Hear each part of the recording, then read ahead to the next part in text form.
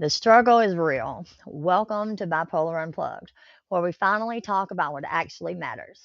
Today is not a lecture. This is a video that teenage me, addicted me, and rock bottom me needed. The real reason people with bipolar relapse and why. It's not because you're weak, dramatic, or broken beyond repair. You've already heard enough lectures from people who never lost their mind in a Walmart parking lot at 3 a.m., so we are not doing that today. Have you ever looked at yourself after a relapse and thought, what is wrong with me? Why do I keep ruining everything? The missed calls, the empty bottles, the texts you're scared to open because you don't remember exactly what you said, but you know it wasn't have a blessed day. From the outside, people just see, there they go again. On the inside, it feels like panic, shame, and this heavy soundtrack of, you should know better by now. If you live with bipolar and addiction, that loop can feel never ending.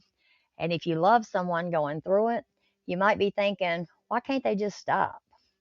Tap like if this already hits home. Let's get one thing straight. Bipolar is not mood swings because you had a bad day and snapped at someone.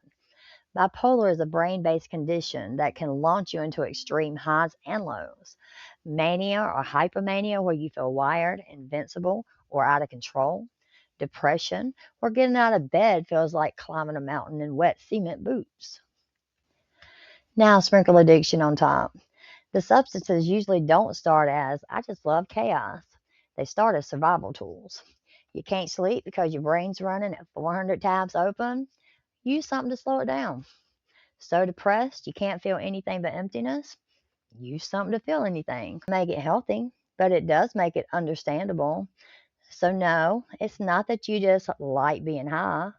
Sometimes it's that being sober inside a stormy brain feels unbearable. Comment if this explains you or someone that you love. So here's one of the real reasons that people with bipolar relapse. It's the self-medication loop. Mania comes in and whispers, you don't need sleep, you're unstoppable.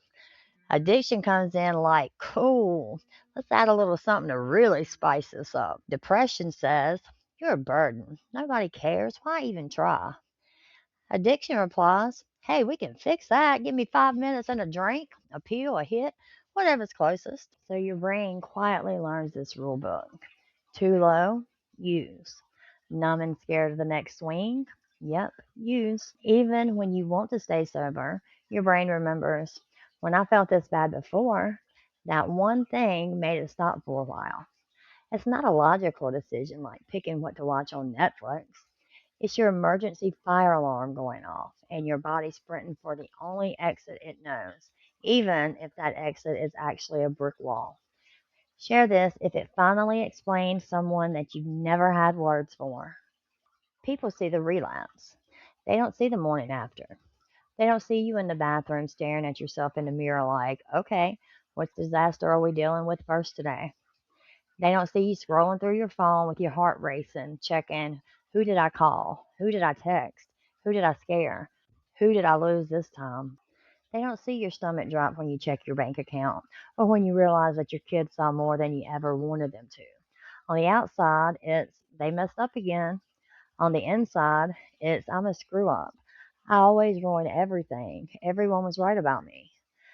It's the belief that you are now permanently the worst thing you've ever done. That's the part that quietly kills people. It's not just a hangover. It's not just a come down. Every time you crawl back up, try again, do treatment, take meds, show up, and then relapse, it doesn't just hit your body, it hits your identity. That's a huge part of why people keep going back to substances. Because once you believe you're already ruined, it's easy to think, why not? Ever heard, you just need to try harder. Here's what try harder usually sounds like to someone with bipolar and addiction. Hey, I know your sleep is wrecked, your thoughts are racing, your nervous system's on panic mode, you're drowning in shame, and your brain is begging for that one thing that's ever given you fast relief. But have you ever considered willpower? That's like telling someone with two broken legs to walk it off. And when they collapse, saying, see, you didn't want it badly enough. No, of course they fell. They were never given what they needed to stand. This is not the part where everything suddenly becomes inspirational and easy. Recovery with bipolar and addiction is messy, like drawn by a toddler with a broken crayon messy. It looks like going back to the doctor again and saying, these meds aren't quite right, but I'm not giving up. Walking into a meeting or therapy session thinking everyone here can see straight through me, but still sitting down. Texting someone, I slipped, please don't give up on me, when every cell in your body is screaming, disappear. The math is simple, but the reality is brutal.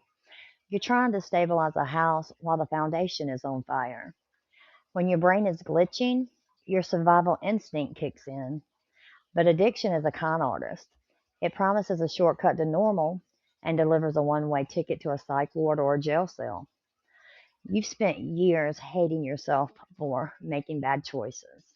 It's time to stop. You didn't choose the wiring, but you are responsible for the repair. You can't willpower your way out of a chemical storm, and you definitely can't drown it in a bottle without drowning yourself too. If you're waiting for the shame to disappear before you get help, you're going to be waiting forever. Shame doesn't fix biology, action does. The cycle ends when you stop lying to yourself about why you're reaching for the survival tools. The struggle is real. The relapse was a symptom. Now let's deal with the cause. This is Bipolar Unplugged. Face the truth, find the floor. If you're done with the fluff and ready for the unfiltered truth about living with this disorder, hit the subscribe button and join the circle. We aren't here to play nice. We're here to get well. Comment unplug below if you're ready to drop the shame and start the work.